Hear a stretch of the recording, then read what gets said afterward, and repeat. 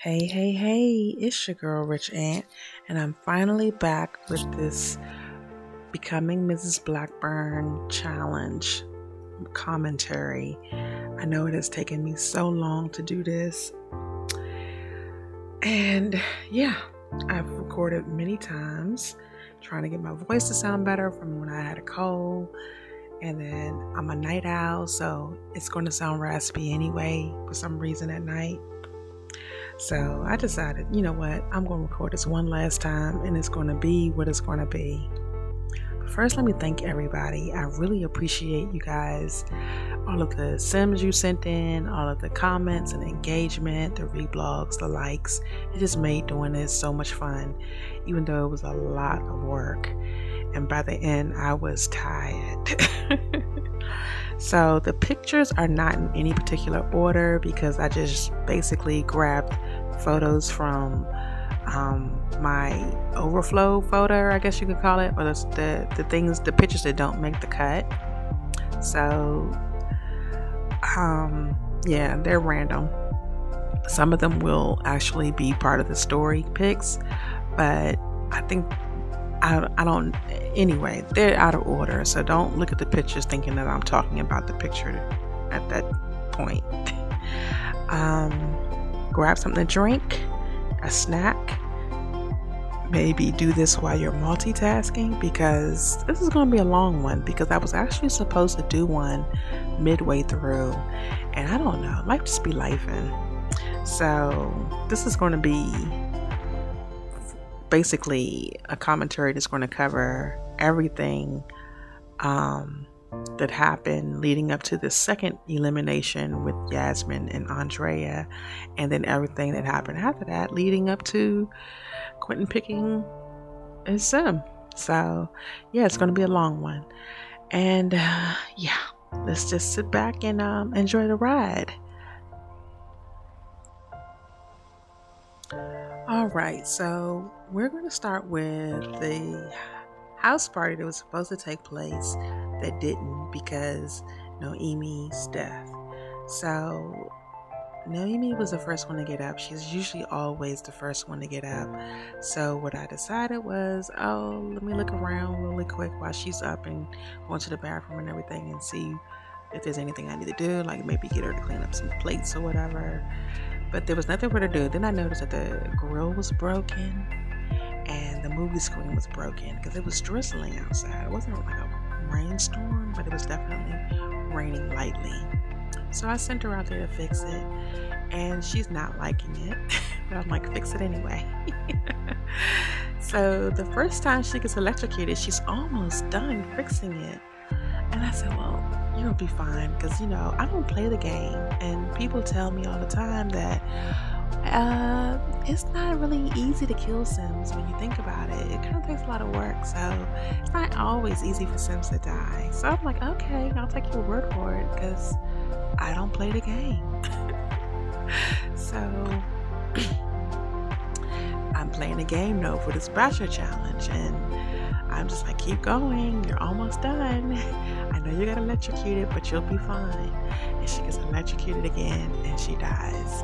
And everyone's waking up, everyone's coming out, and I'm trying to I'm queuing up everyone to plead for her life. And apparently only one person can do it, which is stupid. I think the more the merrier, right? So I get Quentin to do it since he's like romantically involved with her. So no, the Reaper was not having any of that. So, I was just going to roll with it. Like, oh, well, okay, that's an elimination right there. And my daughter was like, Mom, you can't just do that. The Sims are going to be sad. Someone died on the set. Like, if that were real life, a real life reality show, and one of the contestants died, I don't think they would just go on. I was like, okay, you're right. So then I'm looking for a way to fix it. Because I'm like, if I just go on, they're going to be sad and gloomy for 3 days. And I figured out a way to cheat her death and bring her back. But it glitches everything. And I noticed that about cheats. Like when I'm trying to cheat the weather or the time to kind of keep the days consistently the same. Especially when they were all dating on that one day. That was supposed to be like one long date day. And so I had to keep cheating the time until I found out about a daylight mod. Anyway, it does make things a little glitchy, but it made that particular thing a lot glitchy. Everyone was still sad. Her urn wouldn't go away. I had to figure out how to get her back into the household. And then even once she was in the household and everyone knows her, her relationship bars are still the same. No one is really acknowledging the fact that she's there. They're all kind of just like staring at her, or not staring at her, but like sitting at, in the living room.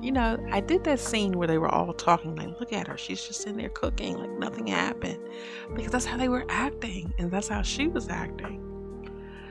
It was just weird. So Quentin, who was feeling a way, he was still sad, which I ran with the story with that. Y'all know I had to run with the story with that brought about some feelings, that he had from when his wife passed. He goes and asks Zahara to be his girlfriend. And I'm thinking, like, can they even do that? I mean, I know they can, obviously, but I didn't know whether he could be everyone's girlfriend. So I said no. And that made Zahara hurt because she hurt him, and he was hurt because she rejected him. I couldn't wait to close that game. So I closed it. The next day when I started it up, I made sure everyone went to bed, though. I like to make sure everyone goes to bed, so when I start the game up, everyone's still asleep, and I'm waiting to see who wakes up first. And it was Drea. Drea woke up first. Drea and Quentin were the first ones up.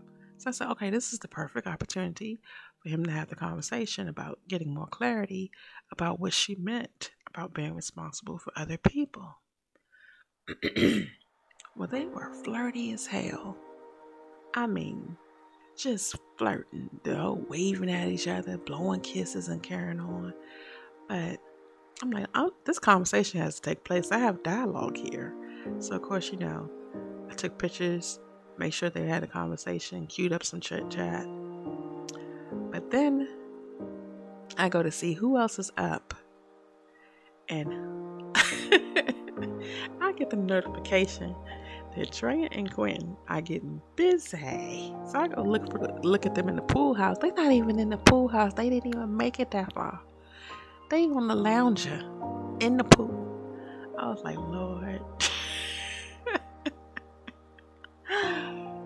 Okay. So I was like, well, I took a whole bunch of conversation pictures, so I definitely adjusted the convo a little bit to tweak it so that she insinuated, I'm here for one reason. Now, don't get me wrong. I definitely paid attention to everyone's backstory when they submitted a sim. But as I played, I got to know them more and build upon that. And I was just Drea was just giving rich auntie vibes.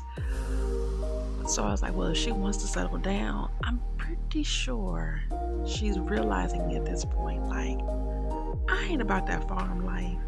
This dude fine. I know what I am about, though. I'm leaving here with something. I'm leaving here with something in my Denzel voice. So, that's what happened. And I think that, not necessarily she just gives off rich auntie vibes. I think she wants a family. I think she wants to settle down. But the idea of taking on the responsibility of 4 children and a farm was just something that I think she realizes, like, I don't want to do that. And it pissed him off a little bit because he felt like Lucy could have had her place had she just forfeited her rose. And I think in his pissed offness, he was like, I'm going to give you what you want.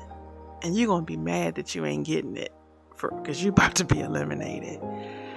Which was so funny because it worked out that was my mindset of the way Quentin was thinking. So when she propositioned him again during the party, that he was like, no. I think that moment and just the different looks of her looking over at him, side-eyeing him when he would kind of be dancing and enjoying time with someone else, made maybe her realize maybe I might have shot myself in the foot. I don't know.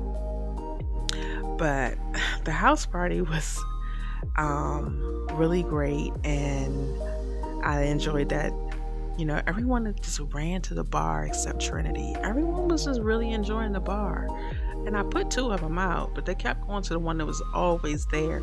It's just so funny that they only used it at the house party.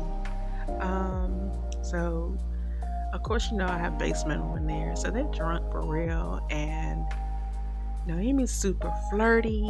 And then next thing you know, the proposition pops up.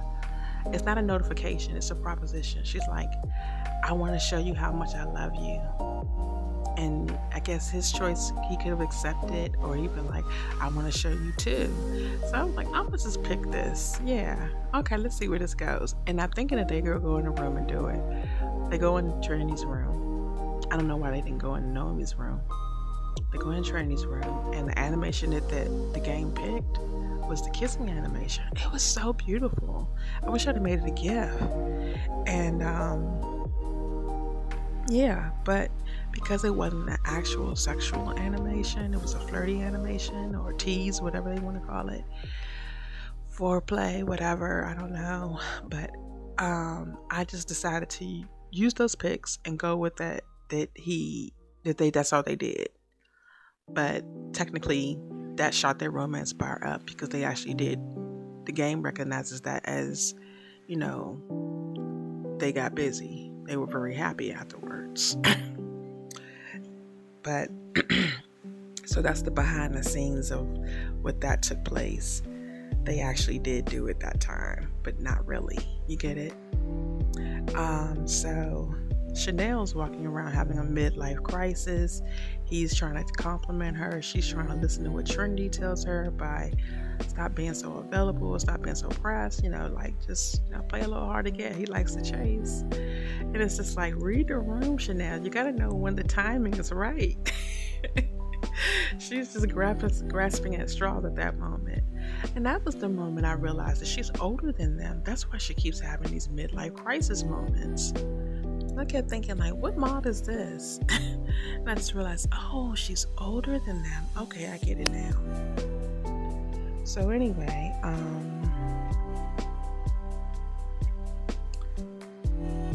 after him and Nomi left the room, he was talking to Amari, he was talking to Zahara, and their romance bar, though, was really, like, she was in the lead.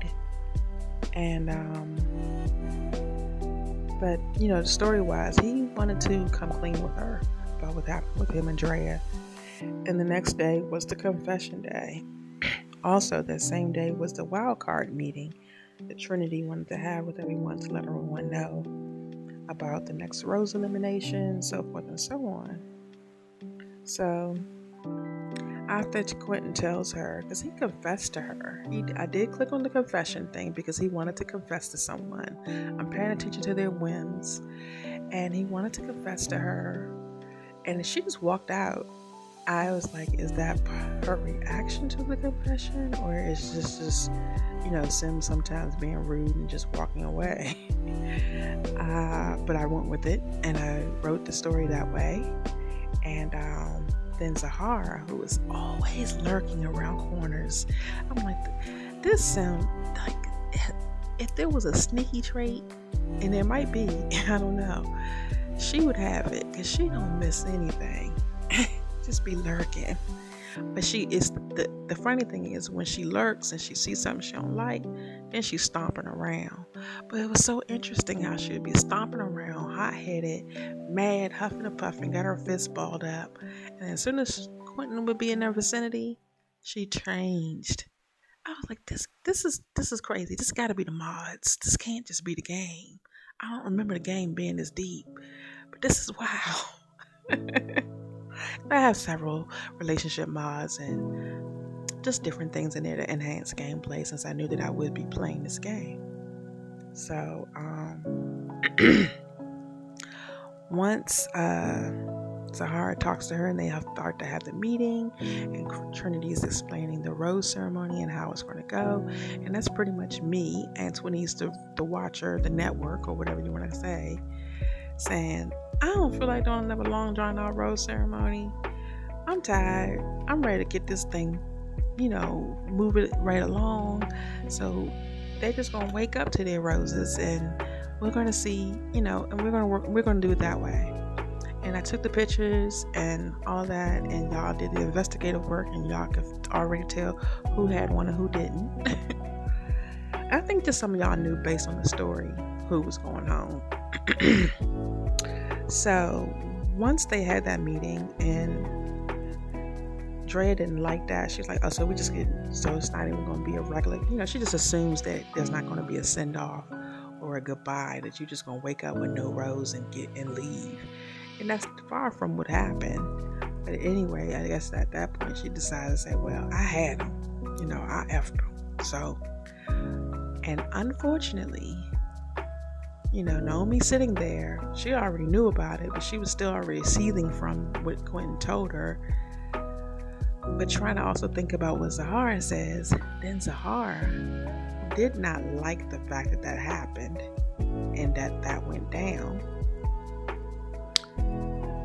Was like, oh, well, I'm gonna one up you. I had him first. And unfortunately, Noemi gets hurt in the crossfires.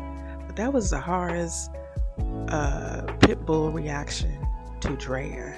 Like, checkmate, bitch. But unfortunately, there were casualties. And so, Quentin being Quentin now, and even though he's a good guy and he tries to respect people's feelings and be honest and upfront with people, one thing he's not going to do is, do a whole bunch of explaining when he don't feel like he have to. Like, y'all knew what this was. So when he comes out and everyone's like looking at him, and Trinity's like, the ladies have learned that you slept with Drea and Zahara. Do you have anything to say for yourself? He's just like, no. Story-wise, Quentin is like, I ain't gotta say shit to y'all. You want to go on a date or not? Basically, y'all coming? Is you going or is you staying? What you because I'm about to go get something to eat. And yeah. So they go get something to eat. He listens to, because he is still, like I said, a good dude. He gonna listen to Chanel, but he gonna tell her, check your tone. He's gonna listen to Amari. They both have differing opinions. He's hearing them. Amari's kind of chill about it, but of course she would be. She's been around the block, been there, done that, all of the things. She's lived her life the same way Quentin has, so she kind of has a different understanding. And Chanel's more traditional, even though she's older, she's just raised differently and has different beliefs, and that's fine. Neither one were wrong. So then he goes out with Zahara, because there was the group date with the two of them, and then there was supposed to be 2 one-on-one dates based on the different bachelor challenges I was following. And so he goes out with Zahara, and she explains to him, like, I didn't like that hurt me, blah blah blah blah. And that's when he's starting to realize, like, she really is like just chill. Like, she says what she means what she says. She don't, you don't have to figure her out. She's not gonna sit here with an attitude the whole evening, and I gotta poke and prod. What's wrong? And he's feeling that. He's feeling her honesty, even about her apprehension about being a stepmom and the whole farm thing, but she's looking forward to it, all of that. And he's vibing, and they are flirting, because like I said, I got base metal in there, and I think the alcohol be making them flirty, but they always are flirty. They have amazing chemistry. There have been so many times I had to cancel. Y'all, nope. I see where you can go. Nope. I catch them get ready to go to some location. Nope. But this time, I said, let me see what they get ready to do. They flirty. It's a restaurant. He just said he wasn't going to do it no more. Let's see what happens. And when they pick, because I let Wickham Williams randomly pick. I didn't choose. And when they went in the bathroom, and he satisfied her.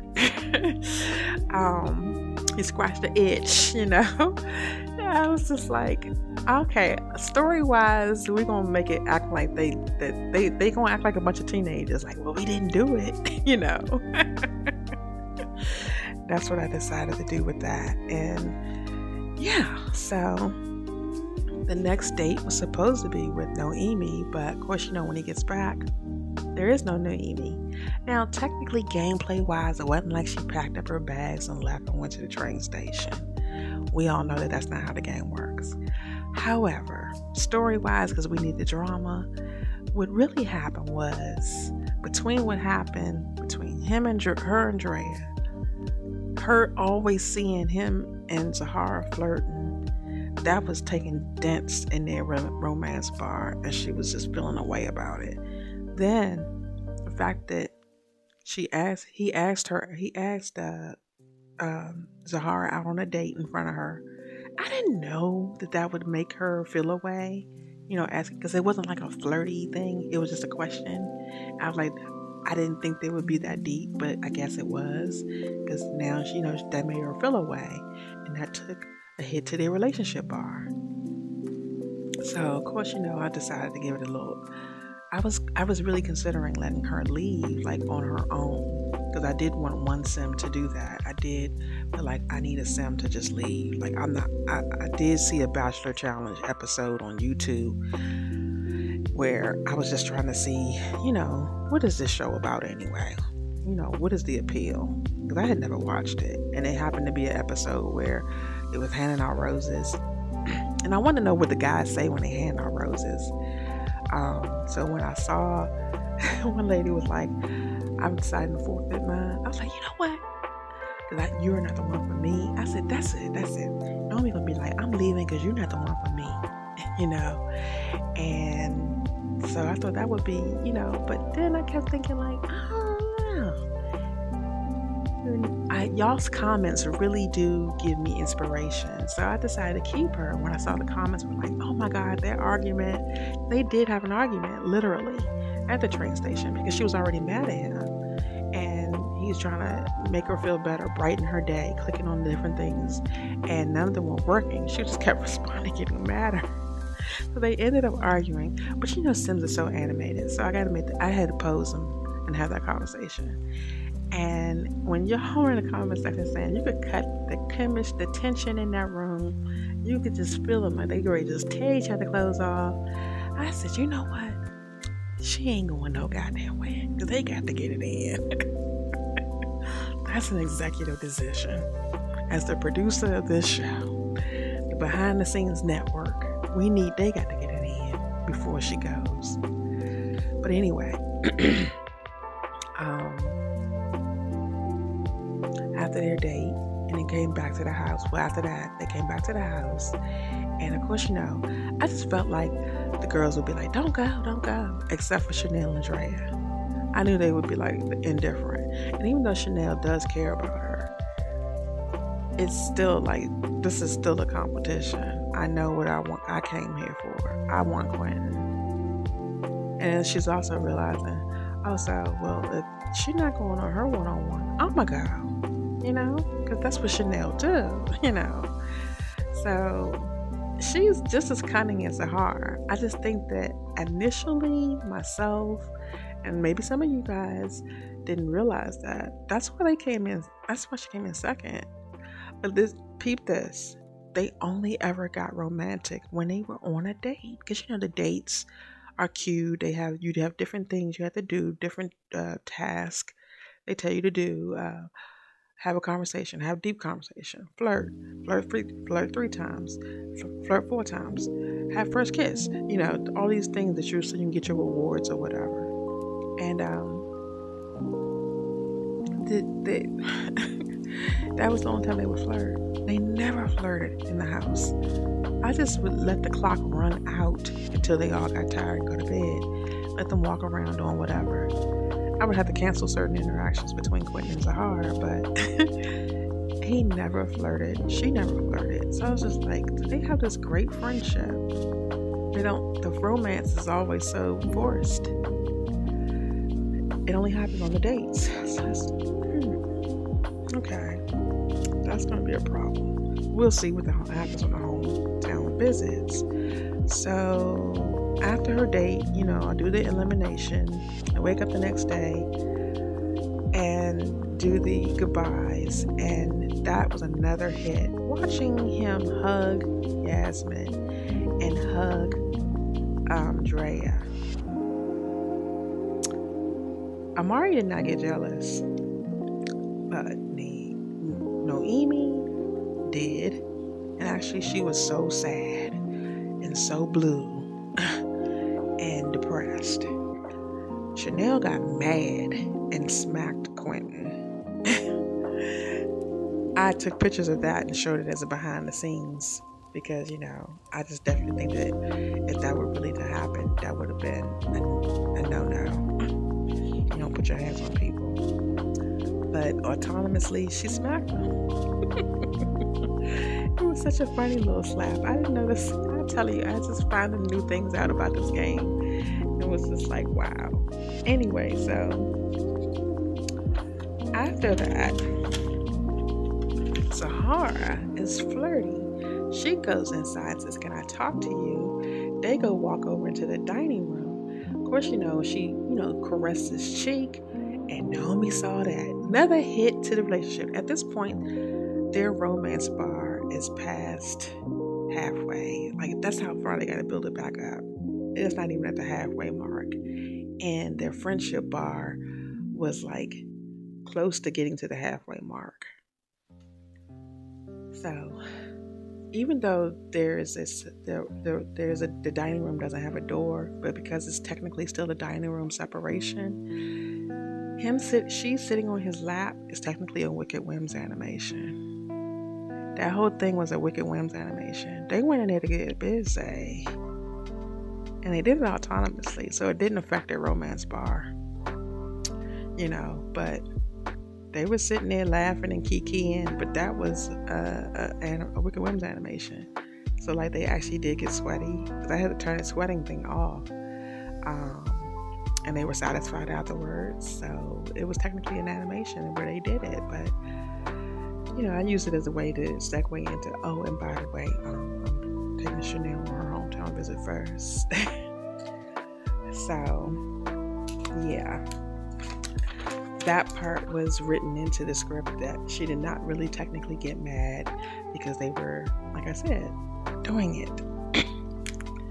Now, I wanted to go with Chanel first because I wanted to see if they would naturally get flirty.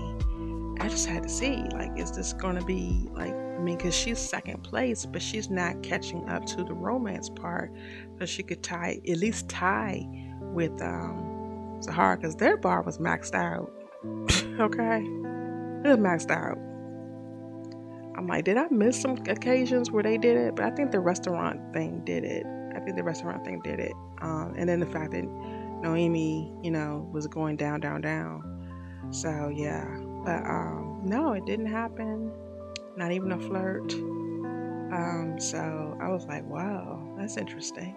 So then, of course, with Amari's hometown visit, it was just about the kids not liking him because Grandma was feeling when Grandma was flirting with that dude. I was like, how you gonna be flirting with your daughter, man? And by the time the hometown visits happened, I wanted to say this too. By the time the hometown visits happened, I was in my main save.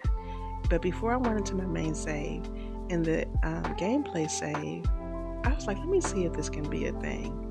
And at Quentin, I went and had him one by one in private ask everybody to be his girlfriend. And it worked. I was like, oh, you can have more than one girlfriend? And no one knows about the other person? Okay, cool, bet. So in the main save, I went and had him ask everyone to be the girlfriend. And I did that because I wanted to see who he would autonomously propose to first. Yeah. So, because I was like, whoever he goes with, I'm going with, regardless of relationship bar. If he autonomously proposes to somebody, that's who I'm going with. I had the people I wanted to win, but I was like, at this point, it don't even matter. So anyway, but gameplay-wise, Amari and his kids, Amari's kids and him did not get along. There were so many pictures that I didn't take because it was just like everybody had a little resting bitch face the whole time. And so it was like, even with the liquify tool, I'm just deleting this shit. After I tried to Photoshop it and try to make it look like y'all just having a regular conversation. I mean, I got enough pictures, obviously, to do the story, but yeah. So that was the inspiration behind that part of the story, was like, we don't want this, no. But yeah, so once that happened, I think it was just pretty obvious that Amari and then Noemi were going to stay in the bottom, and that they were going to be the next ones eliminated. But since they didn't get eliminated together, and Amari decided to leave and just focus on her girls after, I guess, having the rude awakening that, wow, my girls really aren't ready for this. Yeah, I was like, well, we can't just say bye, Noemi, So I think once he had the hometown visit with Noemi, and she was explaining, kind of just giving him the lowdown, the whole breakdown of what happened to her and her daughter and her daughter's father and all that she had been through. And even maybe some baggage from losing her dad. I think he then started to have a better understanding. So my thought was like, okay, well, he'll take her on a hometown visit to his house. But all three of them will go. That was my thought. Because I just couldn't bear, him sending her home by herself after that visit, And it was complicated. I wouldn't want to call it sympathy sex, but she did proposition him. And I was like, okay, click yes. That was a actual proposition. It wasn't just an autonomous thing. She did ask him, and then the little thing comes up, to accept or whatever. And but I thought about it for a minute, but I was like, no, I don't want them to, and this would be perfect. But when they did it, it still just seemed like you forced it. It felt forced. It felt complicated. It felt all of those things that it felt when y'all were reading it. And I felt like the perfect song I kept hearing was I Can't Make You Love Me. I just felt like that was the perfect song. And because it didn't work. After all of that, after I explained everything to you, after I poured my heart out to you, and I beg you to make love to me, make me feel good, all of the things, why don't you want me? All of that. And it still didn't work. And I'm not saying it didn't work because he didn't want it to work, though. That's why I left that little bit of opening in there with Trinity saying, oh, because she's thinking like, okay, so which bad guy are you? Are you the bad guy that slept with her and is still not gonna pick her, or are you the bad guy who rejected her again and still not gonna pick her after you asked her to stay? And of course, he couldn't make up his mind, because in his head, he's just like, he doesn't want to be the bad guy at all, and he wants to choose her because that's what he's so used to choosing, that type of woman, that type of drama. He eats that shit up, but he knows also he is not emotionally in a place where he can still continue to mourn his dead wife, still move on with his life, raise his children, run his businesses, and be married and in love and all of the things with someone like that.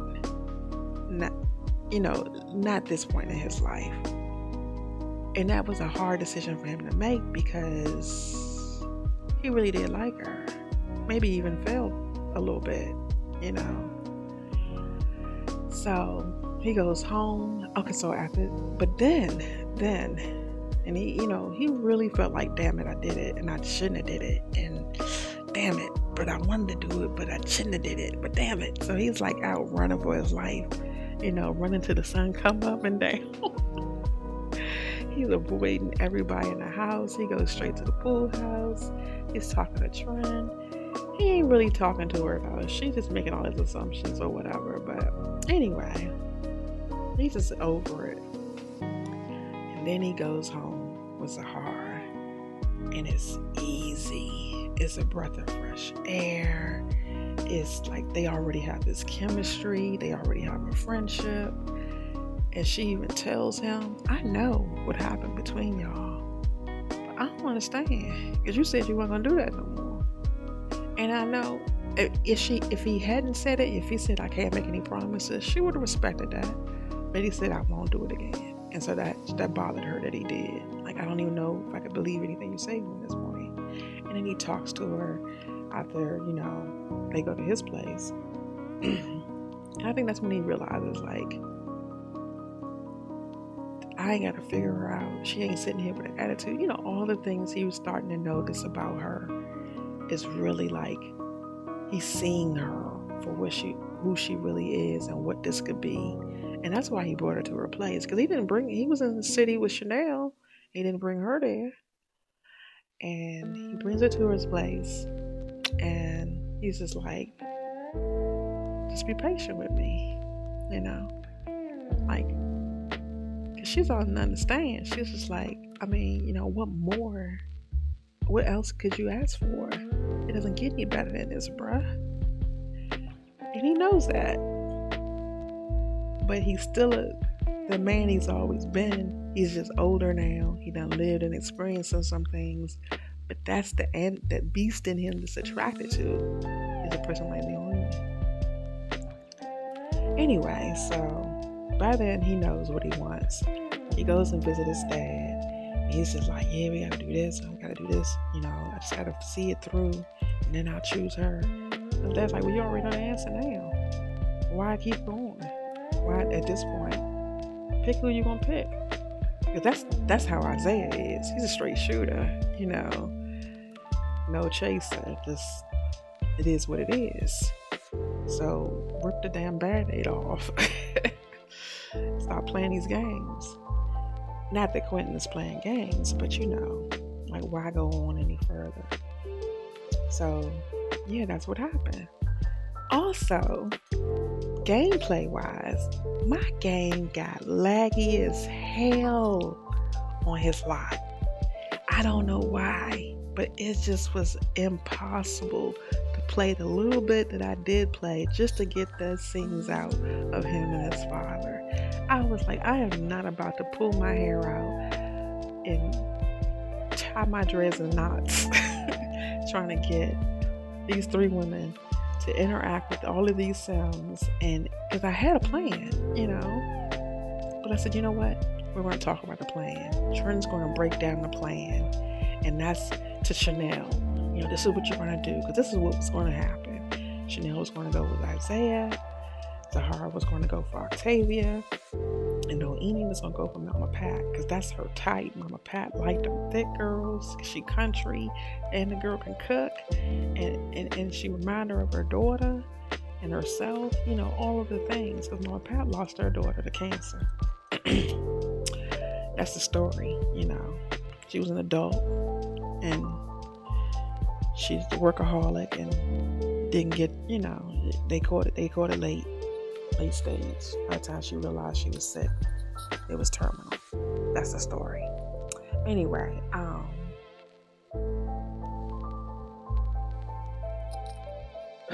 so I just said, you know what, yeah, we're gonna run with this. Everyone already kind of knows it's a hard one anyway.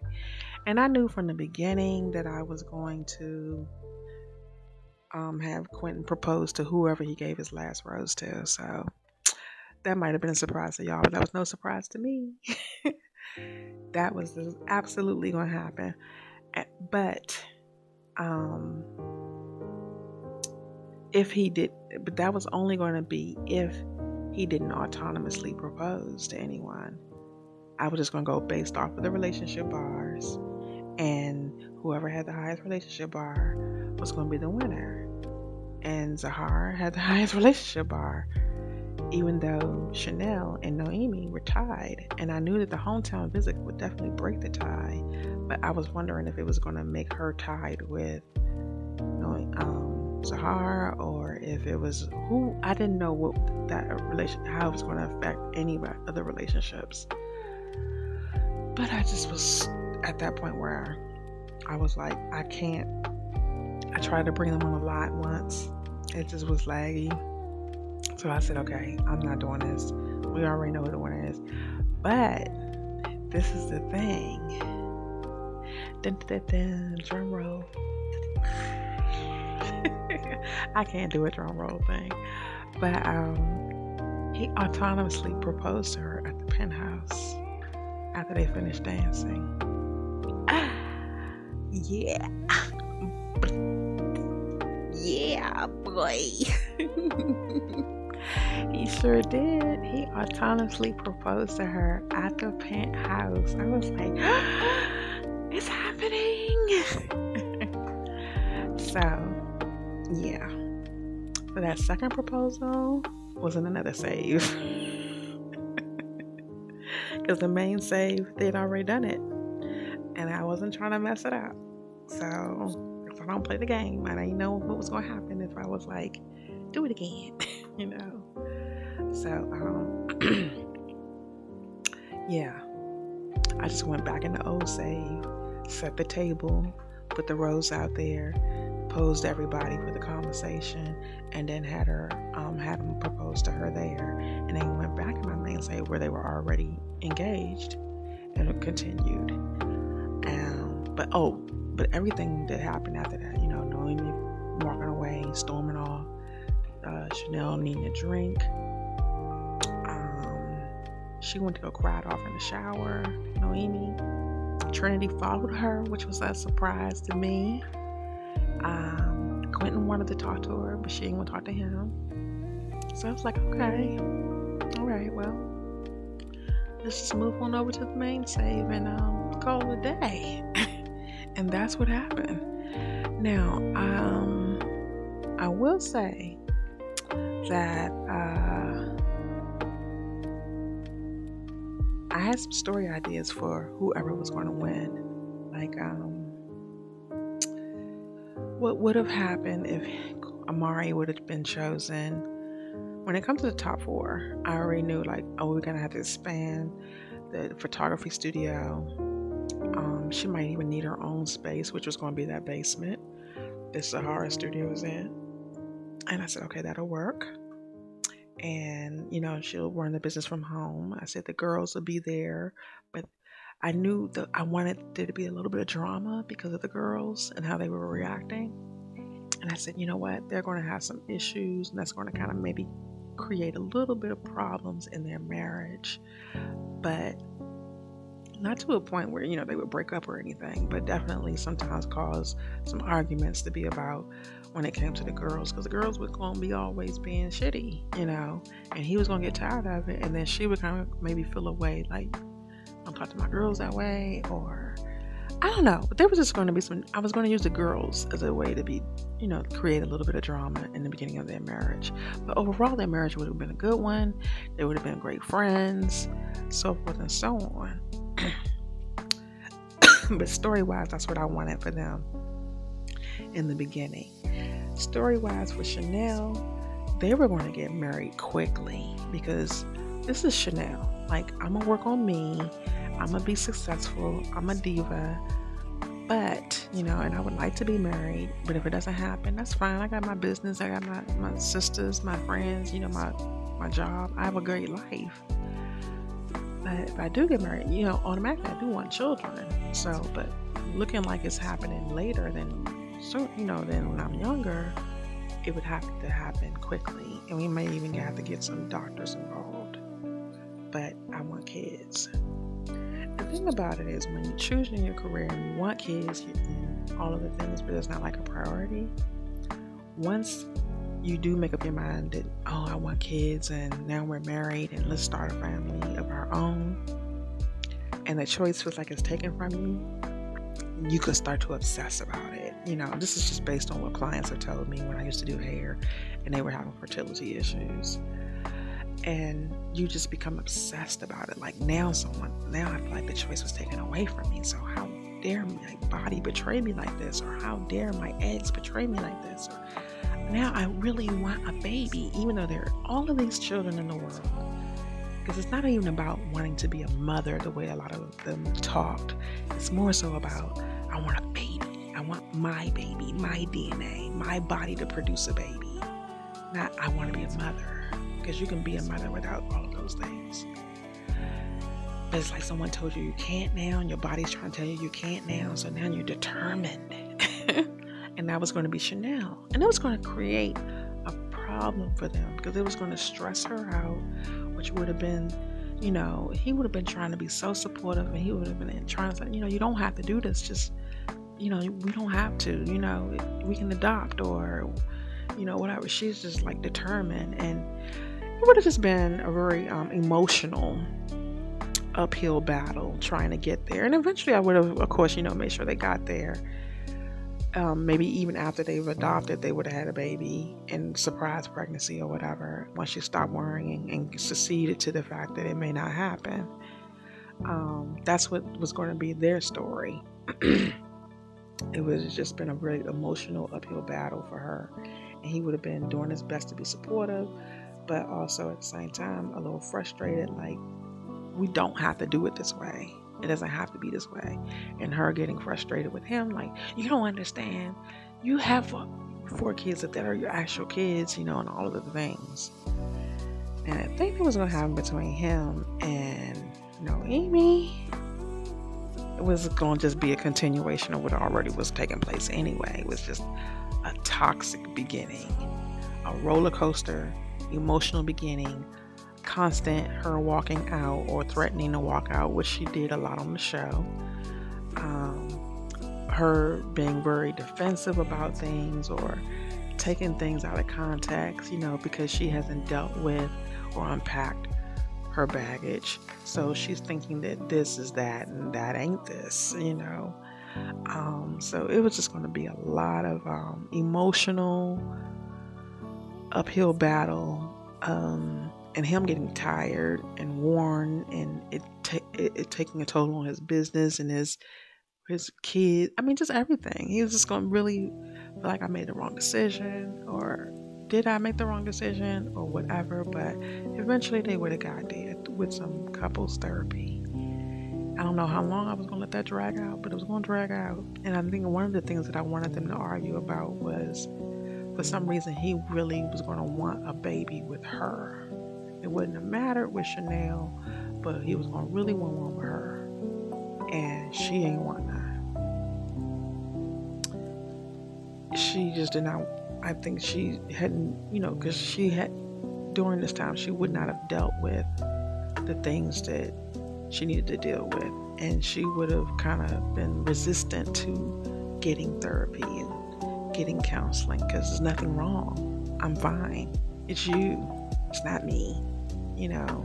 Or even if she did say it's me, or I'm the victim, you're always making me, you know, how dare you? I'm the one who's been through this. I'm the one who lost a child, you know, wearing her victimhood like a badge of honor and using it as a manipulation tool like a narcissist. That's what was going to take place with them. But eventually they would have gotten to a place where things would have gotten better, and they would have grown old, I guess, happily ever after, or whatever. I don't know. I wasn't going to, I don't write that far ahead. And I can't tell you what's going to happen between him and Zahar. I can't, because, you know, you have to read it and just find out. But yeah, I have some stuff in store for them. Anyway, so I really thank you guys for listening. If you're still listening at this point, I hope you were multitasking or enjoying a snack or whatever. And again, thank you all for engaging with the challenge. It was very fun. You made it fun. Y'all gave me inspiration. You still give me inspiration. I know a lot of you are just now following me because of the challenge, and I hope that you stick around for Let It Burn, the main story. Quentin is part of the Blackburns because he is a Blackburn. So he's featured a lot, especially since I'm starting to try to focus a little bit more on the second generation anyway. But because Isaiah and Octavia are still young, you know, they're the main OCs, we still do feature them a lot. So yeah, I do kind of like a rotation thing. And but yeah, this is it. The end of my commentary. Again, thank you guys so much. And as always, Free Palestine, free Congo, free Sudan. We are not free unless we're all free. And be kind to one another. And grace and peace. Bye.